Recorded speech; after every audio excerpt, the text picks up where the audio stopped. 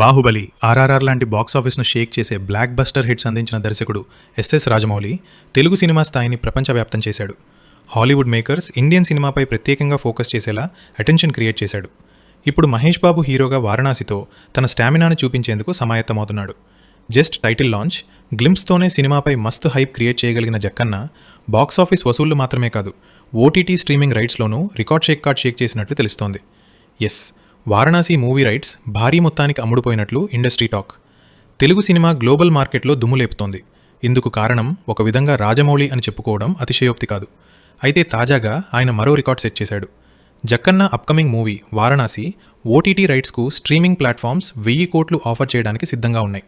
ఇప్పటికే నెట్ఫ్లిక్స్ 650 కోట్లు ఆఫర్ చేయగా డీల్ రిజెక్ట్ చేసిన జక్కన్న అండ్ టీమ్ 1000 కోట్ల టార్గెట్ పెట్టినట్లు సమాచారం. దీంతో నెట్ఫ్లిక్స్తో పాటు మరో 2 ప్లాట్ఫామ్స్ బిడ్డింగ్లో ఉన్నాయని టాక్.